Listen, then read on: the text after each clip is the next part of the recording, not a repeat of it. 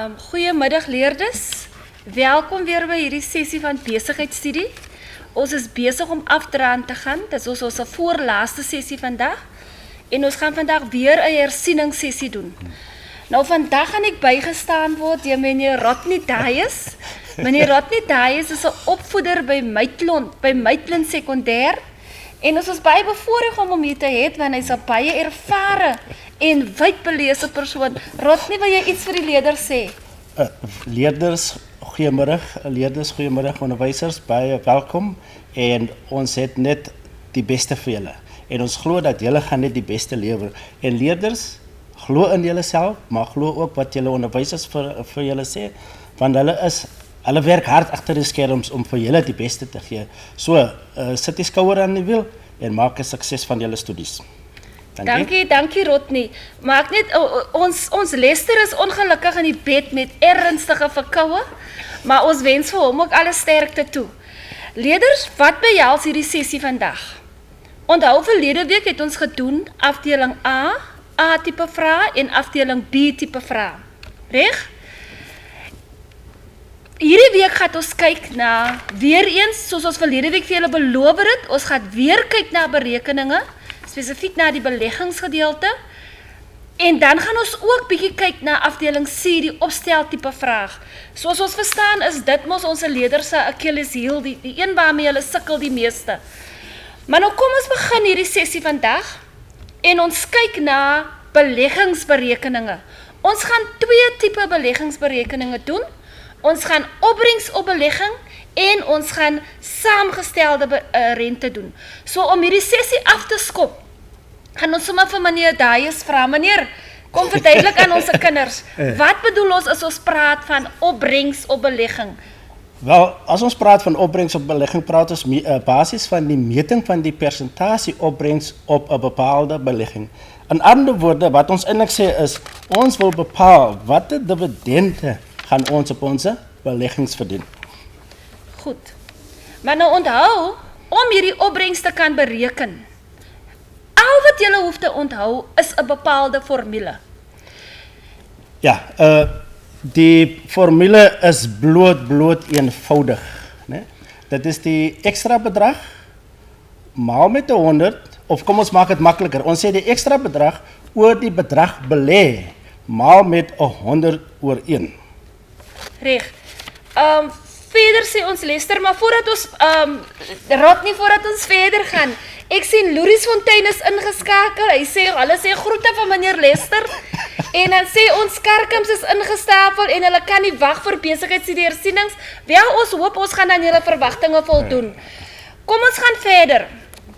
Ek gaan 'n scenario vir julle lees, reg? Ons sê Pieter koop 1000 aandele teen 3000 sent per aandeel. Bereken die opbrengs op belegging indien hy 'n dividend van 500 sent per aandeel ontvang. Nou teen hierdie tyd hoop ek het almal van julle die formule neergeskryf soos meneer Rodney verduidelik het, wat die ekstra bedrag maal 100 oor die bedrag belê het. Meneer Rodney, kan u die formule vir ons leerders bietjie verder verduidelik? Kom ons kyk gou. Pieter koop 1000 aandele teen 300 sent per aandeel. Nou, dit is ook belangrik dat die leerders moet onthou dat die aandeleprys word in sent uitgedruk. Wanneer ons kyk in die dagblaaie en op die Johannesburgse effektebeurs, sal ons oplet. Alles word in sent uitgedruk. Maar is belangrik dat ons die finale bedrag moet omskakel in rand. Nou, as ons kyk na die formule, Pieter koop 1000 aandele teen 3000 sent per aandeel. Nou bereken die opbrengs op belegging indien hy 'n dividend van 500 sent per aandeel ontvang. So leerders, is belangrik dat ons verstaan wat is die vraag wat ons moet beantwoord. En die vraag sê duidelik is, bereken die opbrengs op belegging indien hy 'n dividend van 500 sent per aandeel ontvang. Reg. Kom ons gaan verder. Nou as julle volgens kyk, dan sê julle sien, Rodney het meneer Dayes het nog vir julle verduidelik, wat is die scenario, maar nou gaan hy 'n entjie verder. Hy gaan nog daardie formule se woorde vervang met getalle. Ja. Nou meneer verduidelik net vir hulle hoe sal ons nou te werk gaan. Nou, gelukkig ons almal ken die formule uit ons kop uit. Ek kan sien hoe glimlag hulle hulle is tevrede, hulle ken dit. Die formule sê vir ons die ekstra bedrag oor die bedrag belê, maal met 100 oor 1. Nou, as ons kyk wat is die ekstra bedrag? Hoeveel aandele het ons gekoop? Ons het 1000 aandele gekoop en wat is die ekstra bedrag wat ons verdien het? Nou as ons teruggaan na die som, dan sal ons sê dat daar is 'n dividend van 500 sent per aandeel. En as ons nou die sent omskakel na rand toe, dan sal ons sien daar is 1000 aandele maal met R5 wat dan vir ons gee R5000. Meneer Rodney verduidelik net vir hulle, u sê die sent word omgeskakel in rand. Nou hoe het ons daai R5 gekry? Die 500, Ja. 500, hoe het ons daai 500 by die R5 gekry? Wel, as ons vat die 500 sent maal met die 100 gee vir ons R5. Reg. Of ons kan sê die 500 sent deel deur 100. Ja. Hy gee vir ons ook ons R5. Reg? So volgens dan sê ons aan leerders, as ons sien, die ekstra bedrag is dan 1000 aandele maal R5, wat beteken dis die 500 sent wat deel deur 100 en dan die oorspronklike bedrag wat ons belê het is 1000 aandele maal met R30 wat vir ons R30,000 gee. Definitief. Reg. Kom ons gaan volgende meneer Rodney. Right. Kom ons kyk nou weer eens sê dit vir ons ekstra bedrag is dus 1000 aandele maal met R5 gee vir ons 5000. En die bedrag wat ons belê het is 1000 aandele maal met R30 gee vir ons 30000. So as ons nou kyk na ons formule, en dit is baie belangrik dat ons hierdie formule moet ken. Dit gee vir ons die ekstra bedrag oor die bedrag belê maal met 100 oor 1. Dit is dus nou 5000 oor 30000 maal met 100. Reg. En dit gee vir ons dan die opbrengste van 16,67%. Reg. En as jy verder kyk leerder, dan kan jy ook sien die 5000 maal met die 100 is die R500,000 wat is wat die ekstra bedrag Ja. en die 30,000 maal met 1 Ja. dit is die bedrag belê wat vir ons R30,000 gee. Ja. So dis bloot 'n kwessie van jy moet die formule ken. Jy moet weet hoe om die aandeleprys wat in sent uitgedruk word oor te skakel word na rand toe en dan bloot die formules vervang. Okay. Reg? Nou leerders, kom ons kyk na die volgende. Weereens hersiening en ons gaan kyk na saamgestelde rente. Reg?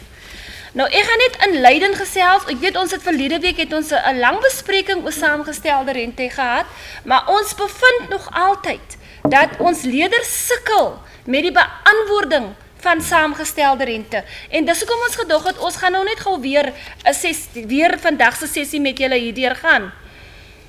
Nou kom ons kyk gou na die komponente waaruit die saamgestelde rente se formule bestaan.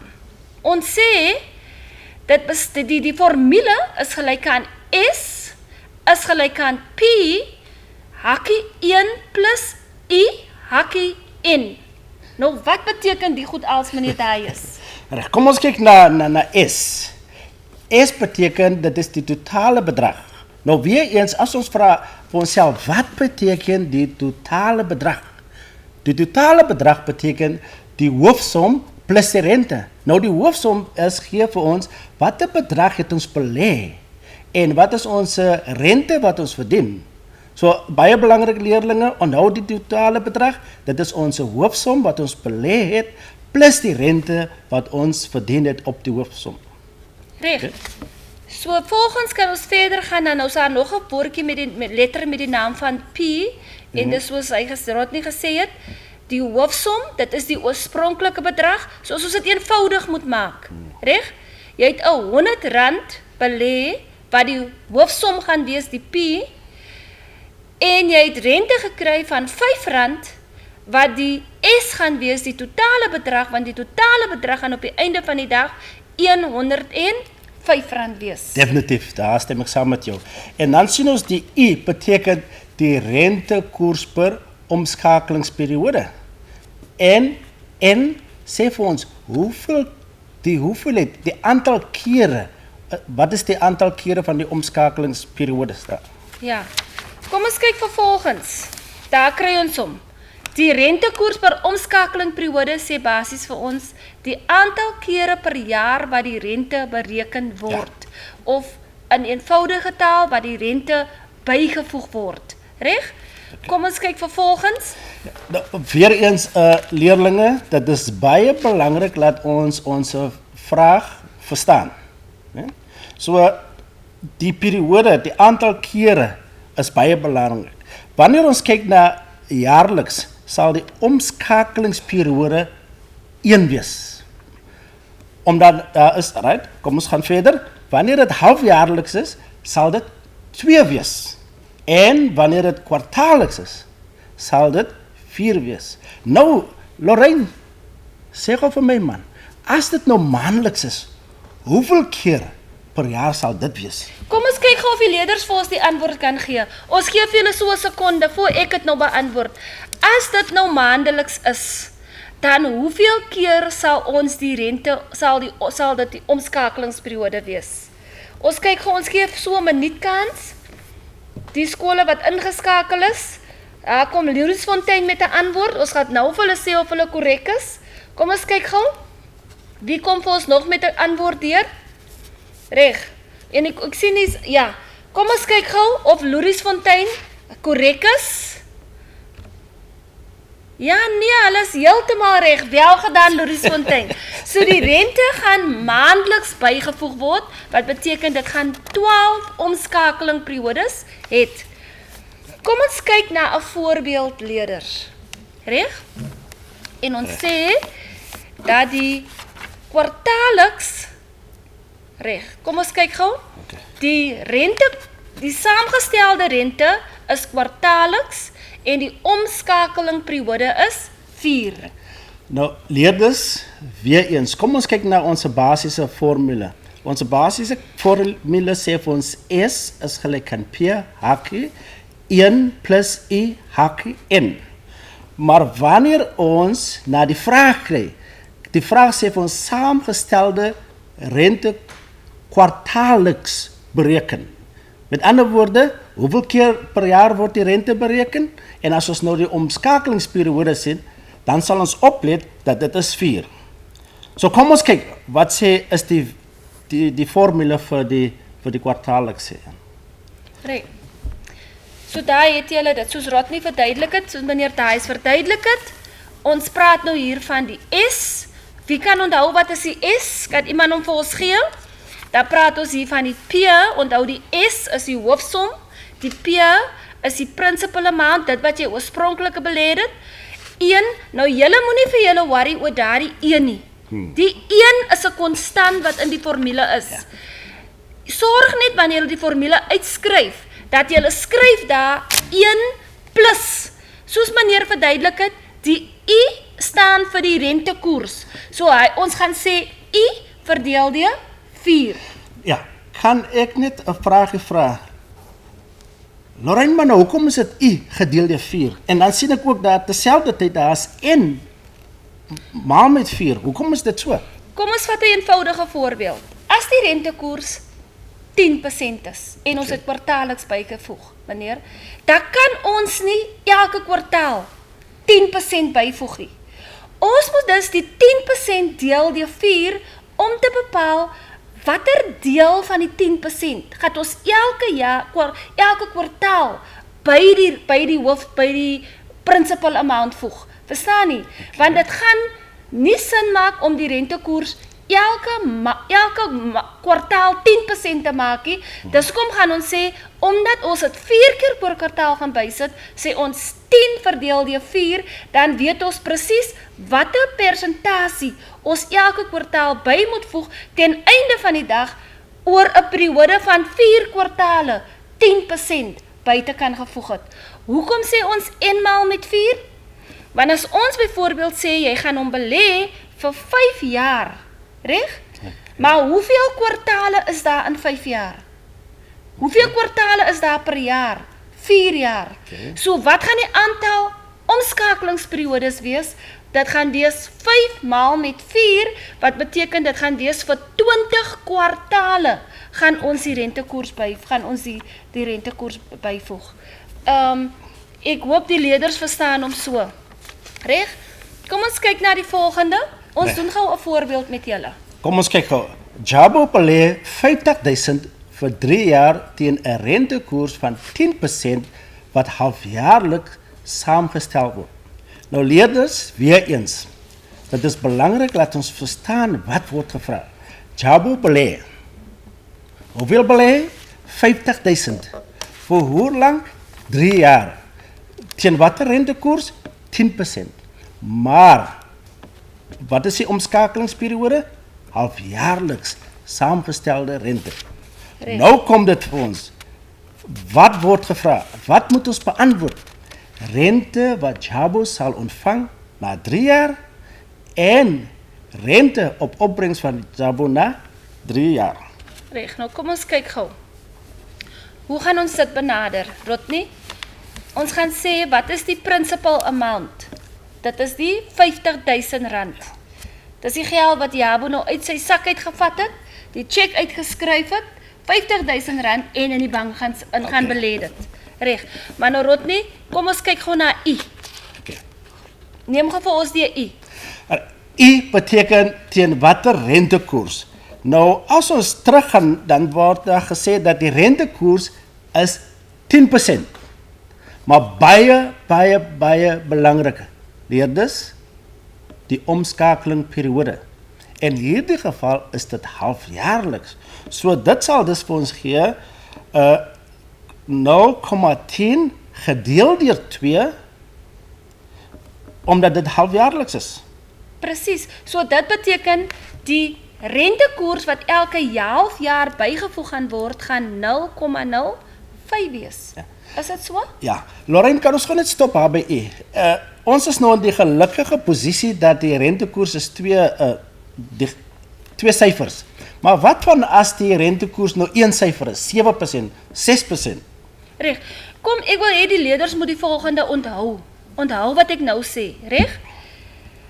Wanneer die rentekoers vir jou gegee word tussen 1 en 9, reg? Dan gaan jy dit skryf as 0,01 of jy gaan sê 0,02 tot 0,09, reg?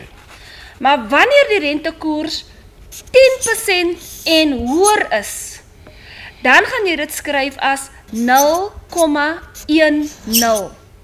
Verstaan julle hom?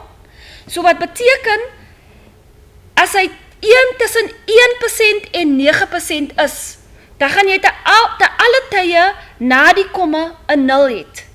Reg? Maar as hy tussen 10 en 100% is, kom ons sê dis 100%, dan gaan jy skryf 0,100. Verstaan julle dit? Of ons gaan skryf 0,80 as dit 80% is. Maar die leerders raak soms baie verward met veral hierdie enetjie, dan kry ons soms dat leerders skryf 0,009 wat heeltemal verkeerd is. So na die komma gaan daar net 1 0 wees en dan skryf jy die rentekoers indien dit tussen 1 en 9% is. Reg? Lorraine, ja, baie dankie vir daardie verduideliking. Kom ons kyk net na N. Daar is 'n vraagteken. Is daar miskien enige leerling wat vir ons daardie antwoord kan gee? Ja, kom ons kyk gou. Ons is op soek na wat is N. Onthou, ons belê vir 3 jaar en is halfjaarliks saamgestel. En ons sien hier sommer weer 'n hele paar leerders ingeskakel. Kaimus, Lesmoor van Karkams, Sherine en Ernestine, hulle almal van julle en is een met 'n nommer vir 'n naam ook. Baie welkom julle. Kom ons kyk gou. Leerders, so kom ons kyk gou. Ons sê, ons het nou al reeds een antwoord gekry. Kom ons kyk gou, wie gaan vir ons nog antwoorde deurstuur? Reg. Kom ons kyk of die skole wat antwoorde deurgestuur het korrek is. Reg, Lourdes Fontein. Julle is doodreg. Die antwoord daar is 6. Pragtig man. Reg? En hierso is nog 'n paar wat deurkom. Ons geniet meneer Mel en die klas en Karkams, hulle goeiedag van Rolien van Karkams. Ai, welkom julle almal. Kom ons gaan verder. So Rodney, ons is nou deur die verduideliking van die U, hoe het ons by die U gekom en ook hoe het ons by die N gekom. En pragtig, Lesmore van Karkams het gesê N is 0,05 en hy is regtig reg. Nee, Lester, N is gelyk aan 6. 3 maal 2. Okay, jammer. Ek het nou te vinnig gekyk. Dankie Rodney. Leerders, kom ons gaan verder. Nou kom gou, ons kyk gou. Reg, kom ons kyk weer eens sê ons Jabo belê 50.000 vir 3 jaar teen 'n rentekoers van 10% wat halfjaarliks saamgestel word, né? So die P is 50.000, hoeveel belê hy? 50.000. Die E is 10% per jaar, maar dit is halfjaarliks saamgestel, daarom is dit die 10% gedeel deur 2 wat vir ons gee 0,05 per kwartaal. En soos die leerlinge tereg vir ons uitgewerk het dat die N, die aantal periodes, is 3 maal 2 wat vir ons 6 gee. Nou as ons kyk na die saamgestelde rente. Ja, ek wil daarom net vir Lesmore die volgende verduideliking gee, as ek net hier op die bladsy skiet kan kry. Kom ons kyk na N. As jy kyk na N in die formule, reg? Dan praat ons hier van die aantal omskakelingperiodes. Aantal omskakelingperiodes in jare of in maande, reg? As ons praat van I, dan praat ons van die rentekoers. So Lesmore het nou gesê N is gelyk aan 0,05. Nou eintlik is hy N moet hy 0,05 sou nou meer toepaslik gewees het as ons hier gekom het en gesê het 0,10 verdeel deur 2. Ja. Want onthou, ons verwys na die rentekoers. Maar die N gaan toepaslik kom as ons gaan kyk na die omskakelingsperiode, want nou sê, wat het ons gesê, wat is dit? Dit word vir 3 jaar belê, reg? En dit is vir halfjaarliks, so dis 3 maal met 2, so dit het 6 omskakelingsperiodes, reg? So, wees net versigtig dat jy nie die N en die I met mekaar verwarrie, reg? Kom ons gaan verder. Reg, kom ons kyk, wat is die antwoord daar?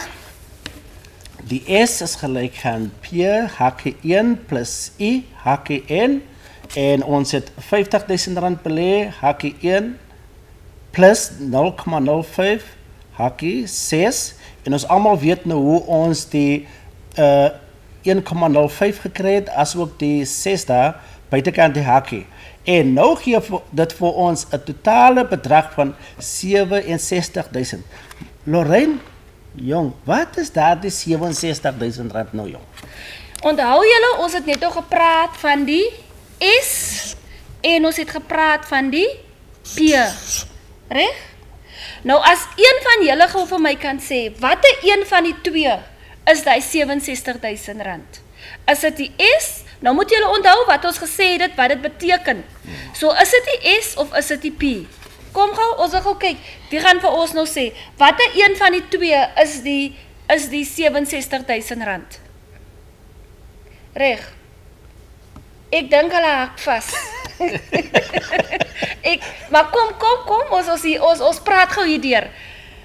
Onthou wat ons gesê het, die S is die hoofsom, né? En die hoofsom is die wat? Is die P plus die R. Is so rot nie? Die principal plus die rente. Ja. Wat is die P, leerders? Dit is jou oorspronklike bedrag wat jy belê het. Reg? Nou ons het hier 'n antwoord gekry van skole. Hulle sê dit is die S, maar kom ons gaan nou kyk. Dit is die oorspronklike bedrag wat belê was, reg? So in hierdie voorbeeld Leerders, in hierdie voorbeeld sou ons dus sê, dat die S is die R67.000, reg? En die P is die R50.000. Dit is goed. En hier het ons 'n skool van Jurabium van Karkams, pragtig man, hy was doodreg. Hy het gesê, of sy het gesê, dat dit is die S. Maar nou kom ons gee vir julle gou nog 'n uitdaging. Ons wil nou by julle weet, voor ons die volgende skyfie vir julle wys. Ag nee man, maar kom ek gaan nou sê wat was die uitdaging. Ons wil by julle weet, wat is die hoeveelheid rente wat verdien was op hierdie belegging, op hierdie R50.000. Nou hier iemand nou al reeds vir ons 'n antwoord gegee, maar kom ons kyk gou, hier kom nog so 2 deur, reg, en pragtig. Ek dink die leerders het presies weet, het die storie reg weet meneer, en ons het die antwoord gekry, en die antwoord is 17.000, is Odnie, is Loeries hulle, almal het die antwoord reg deurgegee as R17.000. Baie, baie mooi. Reg, kom ons kyk nou verder, so daar is die hele berekening nou vir jou. Reg, tot op waar jy die rentekoers, die rente moet bereken. So as ons dus leerders 'n formule vir die berekening van die rente moet neersit, dan wat dink julle wat gaan dit wees? Dit gaan die S minus die P wees. En dit gaan vir jou die rente gee. Reg? So jy moet mooi kyk hoe jy met hierdie getalletjies kan met hierdie invoeging van hierdie formules kan rondspeel. So wat hulle gedoen het, hulle het gesê 67.000 minus 50.000 en dit het vir hulle gegee R17.000. Reg? Kom ons gaan voort, baie mooi aan die leerders wat dit reg het.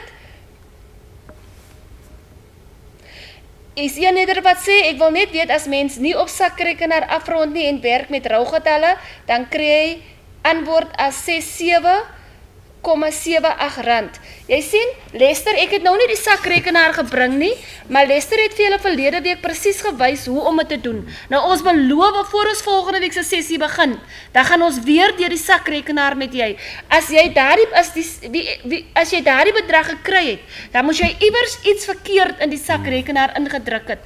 Maar ons gaan volgende week, en ek hoop jy gaan ingeskakel wees, gaan ons weer vir jou wys hoe om die bedrag op die sakrekenaar te kry. Ek het nou nie, ongelukkig nou nie die sakrekenaar saamgebring nie. Reg?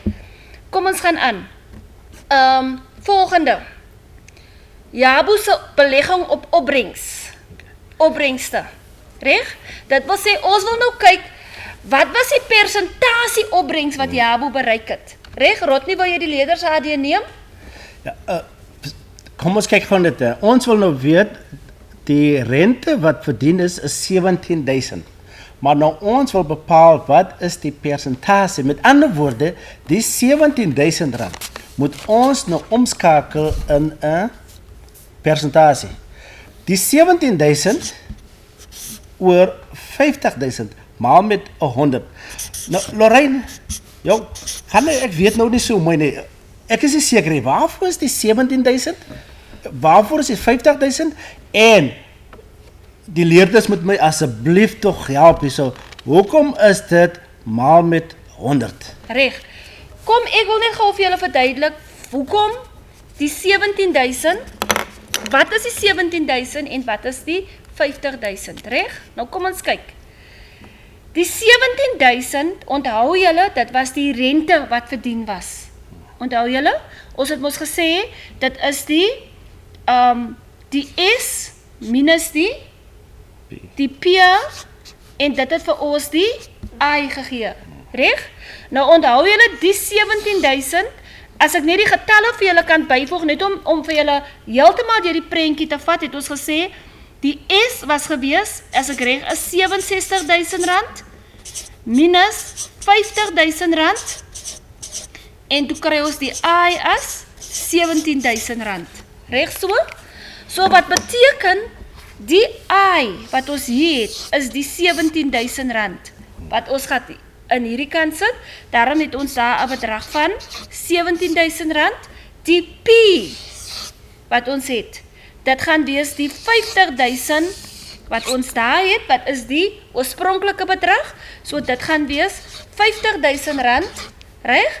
Maal met 100/1. Nou, meneer Rodney het 'n vraag gevra, hoekom gebruik ons 100? Kom ons kyk gou. So 2 antwoorde, hoekom 100?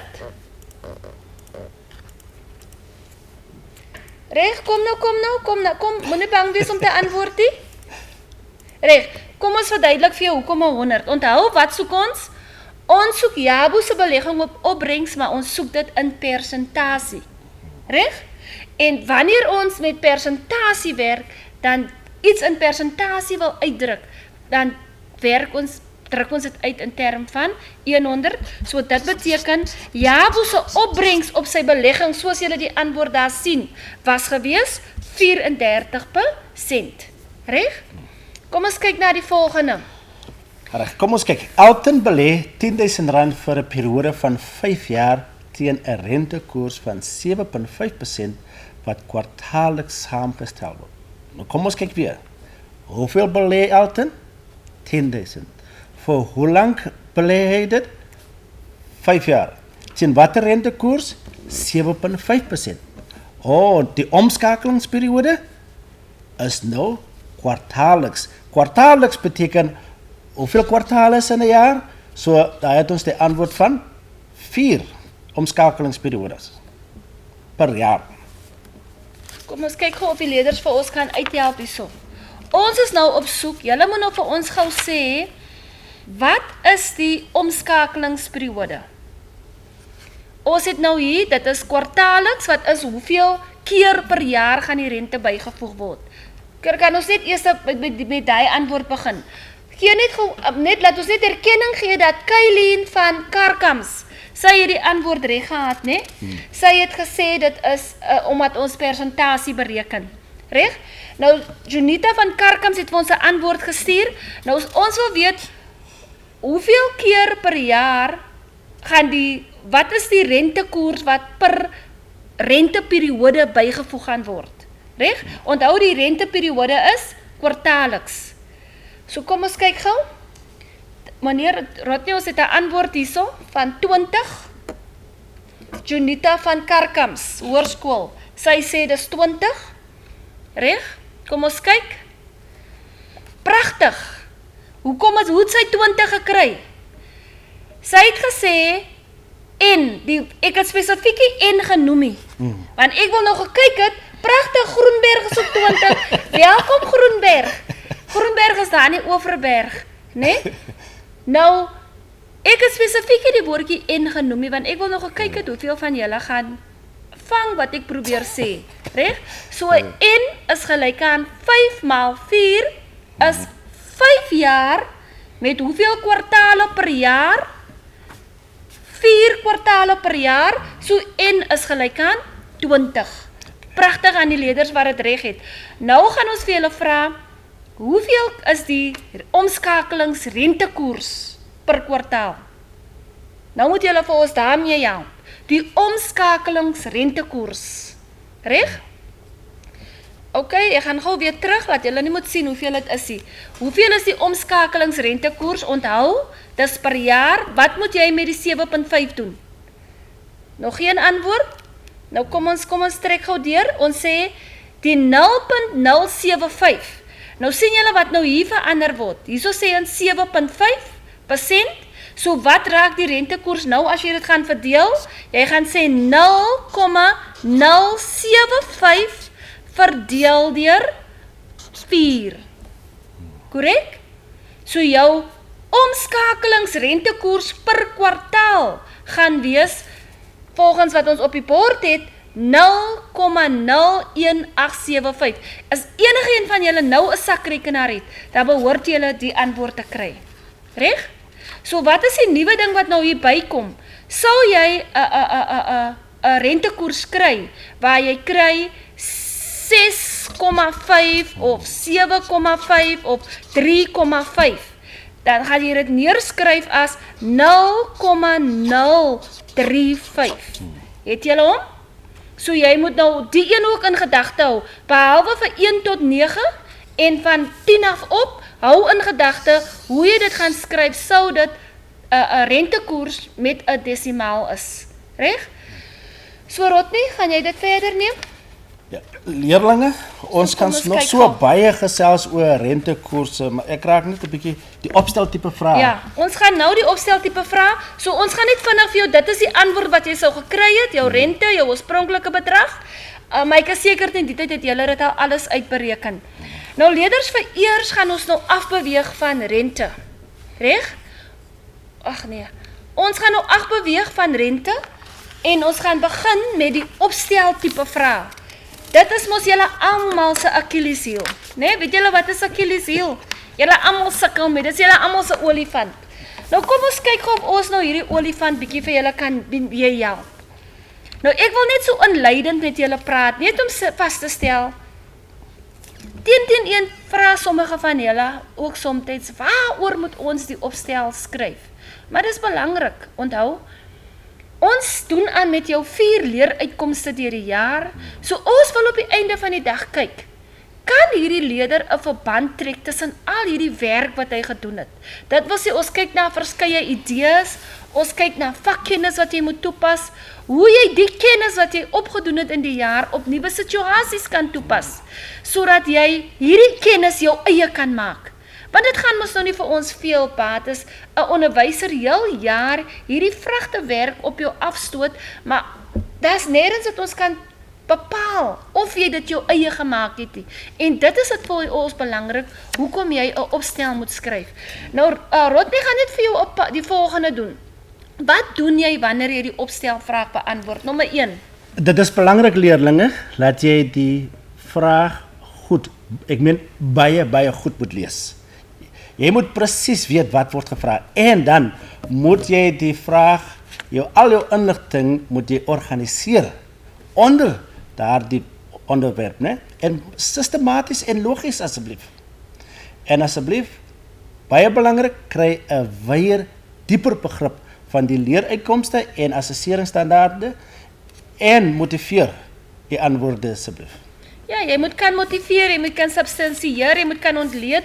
Ons gaan bietjie later meer praat oor die werkwoorde, maar ek dink die crux van die mette is, soos die Engelsman sê, die sukses van 'n goeie opstel lê in die lees. En dit is mos iets waarvoor ons leerders nie baie lief voor is nie. Kom ons kyk gou na die volgende. Kom ons kyk gou na van die sleutelwoorde waarna ons gaan kyk, wanneer jy 'n antwoord onthou, wat is die sleutelwoord? Die sleutelwoord is soos die werkwoord. Wat is 'n werkwoord? 'n Werkwoord is wat vir jou gaan sê, wat om te doen. Reg? En nou praat ons sê, ek gaan regtig nie alles noem nie, ons praat hier van meld, lys, noem, ons sê bespreek, evalueer, wat nou 'n bietjie meer van 'n hoër kognitiewe werk in woord is, wat beteken jy moet meer inligting gee oor die feite wat jy verskaf, klassifiseer, kom ons sê hulle vra vir jou 'n woord soos klassifiseer in 'n opstel, dan beteken dit, jy moet die verskillende aspekte of ondersubhoofde geplaas word, waar elke verskillende bespreek word in 'n tabel geplaas word, is belangrik dat jy moet verstaan, wat beteken die werkwoord, wanneer dit vir jou in 'n opstel gegee word. En dan analiseer, en dis een van die woorde wat gereeld gebruik word in 'n opstel, dat feite meer ondersoek moet word, om inligting te verskaf, om sodoende 'n beter begrip van die onderwerp te hê. En jy sien, om te kan analiseer, beteken dit, as leerder moet jy 'n bietjie meer weet van daardie opstel. En dan gebruik voorbeelde om jou antwoord te substantieer en motiveer waar moontlik, reg? So is baie belangrik, want onthou, ons gaan nou kom by iets wat ons noem FLASO of SASO, en dit is juis by FLASO of by SASO wat hierdie motivering en die substansiering en hierdie tipe werkwoorde belangrik is. Kom ons kyk gou hoe om 'n suksesvolle opstel te skryf. Reg, kom ons, die eerste punt is, jy moet in staat wees om wat te kan doen, om relevante inligting op te roep uit jou geheue uit. Die tweede punt is, jy moet daardie inligting moet jy kan organiseer, dat dit duidelik is, en dit gee vleis aan die onderwerp, en sê 'n bietjie meer oor die onderwerp. En aan die einde, bou dit uit tot 'n samevatting. Okay. En iets wat ons net hier kan byvoeg, Rodney. Die leerders verwar soms die besigheidstudie opstel met 'n opstel wat hulle skryf in die tale byvoorbeeld, in Engels en in Afrikaans. Maar nou, Lorraine, nou sê gou vir die leerders, hoekom verskil die besigheidstudies opstelle so van die taalopstelle? Kyk, leerders, onthou die taalonderwyser gaan 'n ander aspek van julle leervordering toets as wat die besigheidstudie gaan toets. Wanneer jy 'n opstel gaan skryf byvoorbeeld vir Engels, dan gaan jy in die klas kom, in die eksamenlokaal kom en dan gaan daar vir jou 4 onderwerpe gegee word. En jy moet kies van die 4 onderwerpe. Kom ons sê hulle gee vir jou die hond, die kat, die muis en die stoel. Nou moet jy kies kom ons sê jy kies dan die hond. Maar onthou, jy het niks gaan leer oor die hond nie. So jy moet nou alles wat jy kan skryf oor die hond uit jou kop uitskryf. Want die taaljuffrou gaan kyk na hoe jy jou hoofletters gebruik, hoe jy jou spelling gebruik, hoe is jou sinkonstruksie, hoe is jou of jou uitroeptekens. Maar by besigheidstudie werk dit mos nou anders. Vir jou om 'n suksesvolle opstel te kan skryf, moet jy met alle relevante inligting in jou geheue binne in die eksamenlokaal kom. Wat beteken, jy gaan inkom met die feite, ons gaan vir jou sê, gee 'n uiteensetting van die sukses van die faktore wat 'n invloed kan hê op die sukses of die mislukking van 'n besigheid. Dit is die goed wat jy uit jou kop uit moet kan opmaak, dis feite wat jy moet geleer het voordat jy die eksamen kan betree. Maar nou die ongeluk is dat baie van ons besigheidstudieleerders hanteer die besigheidstudie opstel presies dieselfde soos hulle die Engels en Afrikaanse opstel betree. Hulle glo hulle kan kom in die klas en hulle kan die opstel skryf sonder dat hulle 'n boek oopgemaak het. Maar laat ek nou vandag die draer van slegte nuus is vir jou. Jy gaan nooit verder as 0 uit 40 kom vir hy opstel, as jy die opstel so gaan benader. Die geheim van 'n suksesvolle opstel is, jy moet in staat wees om relevante inligting op te roep uit jou geheue uit. Reg? Is dit beantwoord dat die vraag, Rodney? Ja, dankie Lorraine. Reg? En nou kom ons kyk gou kortliks na sommige van die werkwoorde. Ek gaan nie almal met jou doen nie, ons sê analiseer. Jy breek die onderwerp op in dele, identifiseer die dele en demonstreer hoe hulle aansluit by mekaar om 'n geheel te vorm. Byvoorbeeld die besigheidsomgewing wat bestaan uit die makro, mikro en markbesigheidsomgewing. So as 'n opstel vir jou byvoorbeeld vra, analiseer hoe die besigheidsomgewing op 'n manier by mekaar uitkom, dan moet jy vir ons kan verduidelik hoe al die komponente van die makro, mikro en markbesigheidsomgewing in mekaar skakel, reg? Om uiteindelik by te dra tot die sukses van die besigheid. Reg? Evalueer, kritiseer, beoordeel, wil jy deur hom gaan, Rodney?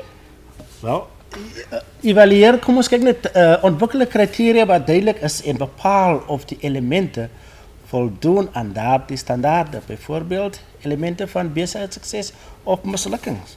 Reg? Volgende ene is klassifiseer, verdeel die onderwerp in kategorieë, dan praat ons van vergelyk, en ons sê, jy vind ooreenstemmings tussen onderwerpe, en dan praat ons van definieer, wat maak die woord onderwerp saak wat dit is, hoe verskil dit van ander onderwerpe, en dan vra ons omskryf, spoor op, hersien, noem, ja, sommige van julle het nog nie al hierdie werkwoorde gesien nie, maar leerders, dit is die realiteit. Ek kan vir jou gevra word in 'n opstel, spoor op, dan gaan jy vir jou moeg skrik, want ek het nog nooit van spoor op gehoor nie. Dis hoekom dit belangrik is dat jy moet weet, wat beteken hierdie opstel, hierdie werkwoorde, reg? En dan sê ons bloot, organiseer hoof- en ondergeskokte punte om die elemente of vlakke van ontwikkeling van die konsep onderwerp te klassifiseer, reg? Kom ons gaan verder, bespreek is maklik, ontleed of evalueer die onderwerp, genereer jou vraag deur verder te gaan as net blote opsomming, illustreer, Gebruik 'n spesifieke voorbeeld om die karaktereienskap duidelik te maak. Ek wens ek kon vir jou elkeen van hierdie werkwoorde meer uitgebrei het. Maar tyd gaan ons nie toelaat om dit te doen nie, né? Maar al wat ek vra, indien jou onderwyser belangstel om hierdie werkwoorde te kry vir bespreking, sal ek net vir ons klaarmaak my e-posadres op die bladsy skryf en dan kan hulle vir my 'n e-pos stuur en ek sal dit vir hulle aanstuur. Reg? Bewysstaaf. Kom ons kyk na die formaat van die opstel. Ja. Lorraine, jy het gesê almal sukkel met die opstelle, maar vir my is die opstelvraag die maklikste vraag, want jy is verseker as jy sekere basiese beginsels ken, dat jy ek wil sê nie 8 nie, maar jy het basies 13 uit 40 uit, nog voordat jy begin met die opstel. Kom ons kyk na die formaat van die opstel. Heel eerstens gee het vir ons 'n inleiding. Nou, leerders is baie belangrik dat julle die opskrifie moet duidelik daar wees. Sê vir ons wat is die inleiding en gee vir ons ten minste 3 feite oor waaroor gaan die onderwerp, né? So kom ons kyk, heel eerstens sê ons, wat is die inhoud? Die inhoud gee vir ons wat is die opskrif, wat is die subopskrifte en ook baie belangrik dat wanneer ons 'n opstel beantwoord, moet dit in vol sinne wees. Definitief. So verder gaan ons dat aan die einde het ons 'n samevatting. En die leerlinge moet net wat hulle alles daar geskryf het. Geef ons 'n kort samevatting, 2-3 feite en dis al. Reg. So belangrik die 3 komponente: inleiding, inhoud, samevatting. Of soos julle sê, inleiding, liggaam, samevatting.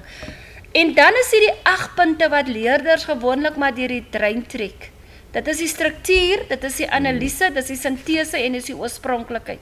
Onthou, jy kan as 'n waarde sê, hierdie is 8 gewaarborgde punte, want onthou, veral as jy kom by jou struktuur, wat jou inleiding, liggaam en slot is, op daardie stadium word daar nog nie gekyk na feite nie.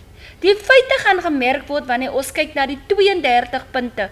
Hier word daar net gekyk, is die struktuur korrek van die opstel? En as dit korrek is, dan kry jy 2 punte. Dan kyk ons na analise. Leerders, daar word dan gekyk, hoe is die vraag, die opstel uiteengesit? Is dit daar hoofopskrifte, subopskrifte, wat ook al? As dit so is, ongeag of die feite onder dit nie korrek is, het word gekyk na die uiteensetting van die opstel, die sintese. Ons gaan kyk, hoe word dit wat gevra word in geband, wat teruggegee is, in verband gebring word met die vraag wat gevraag is. Dit is waarna die juffrou gaan soek. En as sy sien daar is 'n verband, 'n sinkronisering, 'n groter woord, dan kry jy 2 punte. Ja. Oorspronklikheid, Rodney. Ja, leerlus is baie belangrik.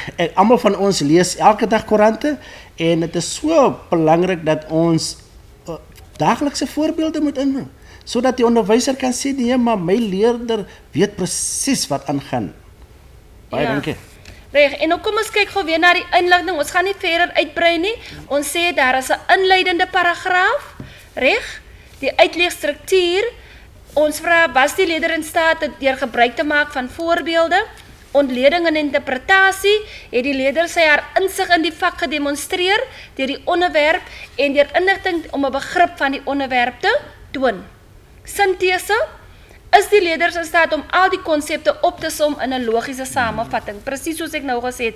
Wat het ons gevra? Wat het die leerder vir ons gegee? Maak dit sin? Is daar 'n sinkronisasie tussen die 2? Reg? Oorspronklikheid soos Rodney verduidelik het. Hoe op datum is jy met onlangse gebeurtenisse, huidige tendense? Wat gebeur huidigelik in die besigheid daar buitekant, reg?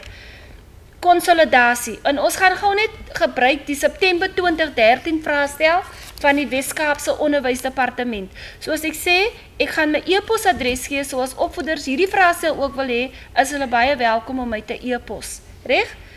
Ons kyk na vraag 5. Reg? Reg, okay. Vraag 5 sê vir ons duidelik, dit gaan oor die sakeinligting is noodsaaklik vir die voortbestaan van enige onderneming. Instruksies. Nou, instruksies sê vir ons wat moet gedoen word. Nou, bespreek die belangrikheid van die sakeinligting deur te verwys na die volgende. Nou, leerders, daar het jy jou antwoorde. nommer 1 sê vir ons die 2 verskillende tipe sakeinligting wat ons kry. Die vereistes van 'n sakeinligtingstelsel. Hoe om 'n sakeaanbieding te benader. Die volgende paragraaf, slaggate om te vermy. En die laaste paragraaf gee vir ons visuele hulpbronne. Reg, leerders, net om een ding duidelik te maak, ons gebruik slegs hierdie opstelle om te illustreer as voorbeeld, reg? Daar is geen waarborg dat hierdie opstelle in die eksamen gaan kom nie. So jy moet nog altyd al jou werk leer. Die opstelle word slegs gebruik as voorbeelde in ons verduideliking. So moet nou nie met 'n wanidee kry dat dit is die opstelle wat in die eksamen gaan wees nie, want nie een van ons beskik oor sulke kennis nie. Reg? Nou kom ons kyk gou, soos Rodney gesê het, ons gaan kyk, die goed wat jy moet beantwoord is dit wat hulle vir jou daar vra. Want kyk net hoe word die punte vir jou toegeken. Kan jy sien daar? Jy gaan vir jou inleiding 3 punte kry. Die maksimum punte wat jy gaan kry vir die tipe besigheidsinligting is 8. Die vereistes van 'n besigheidsvoorlegging is 8. En dan gaan jy 'n subtotaal, jy gaan seker sien die totaal is 40, maar onthou, jou inleiding is 3 punte indien die feite korrek is. Jou gevolgtrekking is 2 punte indien die feite korrek is. En dan ongeag wat is die maksimum van die inhoud? Al is die maksimum ook 80 punte. Jy kan net 27 punte kry vir dit. Dit gee vir ons 'n totaal van 32 saam met jou versaso, dit gee vir ons 'n totaal van 40. Lorraine, so as ons nou net kyk na die tabel hiervoor, as jy kyk, jy kry 3 punte vir inleiding. Enige leerling kan dit doen. Jy kry 2 punte vir gevolgtrekking. Jy skryf 3 feite en jy kry jou 2 punte. Enige leerling kan dit doen. So daar het al reeds 5 uit 40 het. Dan kom ons kyk na SASO. Daar is 2 vir die uitleg. Ons het gesê almal kan, en ek is verseker dat die onderwysers drill die leerlinge om daardie 13 punte in te oes. Want dis 'n weggee. En leerlinge, julle kan sien, die maksimum is 27. So moet nie die hele boek oorskryf nie. Né? Kyk nou, wat is die aantal feite wat vir jou gevra word en gee die aantal feite. En dan skryf jy nou soos ons gesê het 40 feite al tesame. Jy gaan in elk geval net 27 punte van die 40 kry. So, Lorraine, as ek net gou, as ons kyk, daar is 1, 2, 3, 5 paragrawe en ons werk maar uit op in plaas vir ons vervang die 27 met 30. So as jy 30 gedeel deur 5, 6 punte. Kom ons veiligheidshalwe maak dit 8 punte. So jy by basis onder elke opskrif moet jy 4 feite skryf. Ja. Okay. Leerders, julle kan dit doen. Hulle kan mos. Definitief. Hulle, soos ek vir die kinders in die klas gesê het, hulle kan dit doen, hulle is net lui. Reg? Leerders, ons het nou nie meer baie tyd nie, maar ons tweede voorbeeld. Julle het musikaal van Oom Potter gehoor, né? Is mos een van die strategiese beplanningsinstrumente.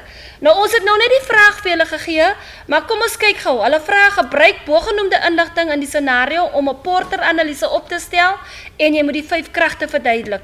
Weereens, presies soos ons op hierdie vorige oefening gedoen het. Jou inleiding 3, ons gee vir jou maksimum punte, maar jy kan totaal vir daardie gedeelte net 27 kry, jou gevolgtrekking en dan jou versaso wat neerkom op 40. Reg? Leerders, en dan het ons nou, as ons nou nie die volledig kan doen nie, sal ons volgende week hiermee begin. Reg? Reg. So kom ons los daardie gedeelte vir volgende week waar ons gaan praat oor moontlike opstelle in elke leeruitkoms uit. Dis wil ek vir Rodney sê, baie dankie, dit was 'n lekker sessie. Rodney, wil jy 'n laaste woord vir ons leerders te sê het? Leerders, ons kan nie help nie. Julle het dit. Gebruik dit en onthou, jou onderwysers doen alles in hulle vermoë om julle suksesvol te laat wees aan die einde van die jaar. So asseblief, werk kliphard. Ja, dankie Rodney. Leerders, ek wil ook vir julle totsiens sê. Ek hoop om julle volgende weer te sien.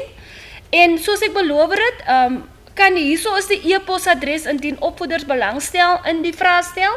Hulle is baie welkom om vir my 'n e-pos te stuur en ek sal dit dan vir hulle deurstuur. Reg?